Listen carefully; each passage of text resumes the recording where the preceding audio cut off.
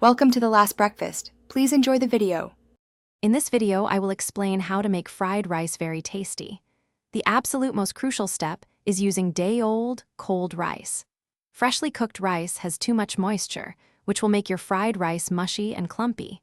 Using cold, firm rice ensures each grain separates beautifully, allowing for that perfect texture. You can even spread it on a tray for about 30 minutes to dry it out a little more. Next, achieving wok high is essential for authentic flavor. This means heating your wok or pan to an incredibly high temperature before adding anything. This intense heat imparts a unique smoky, slightly charred taste that elevates the dish. Always cook your ingredients in small batches, perhaps 1 cup at a time, to ensure the temperature stays high and everything cooks evenly without steaming. For a truly delicious fried rice, building a strong flavor foundation is key.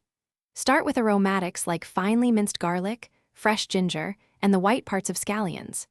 Then, create a balanced sauce using 2 tablespoons of light soy sauce, 1 tablespoon of oyster sauce, and 1 teaspoon of sesame oil. A pinch of white pepper also adds a wonderful, subtle warmth and depth to the overall savory profile. Finally, for that perfect finish, push the rice to one side and pour in 1 beaten egg. Quickly scramble it until just set, then mix it thoroughly into the rice. This adds richness and a lovely texture. Garnish generously with the green parts of fresh chopped scallions and a final drizzle of 1/2 teaspoon of sesame oil just before serving. Enjoy your incredibly tasty fried rice immediately.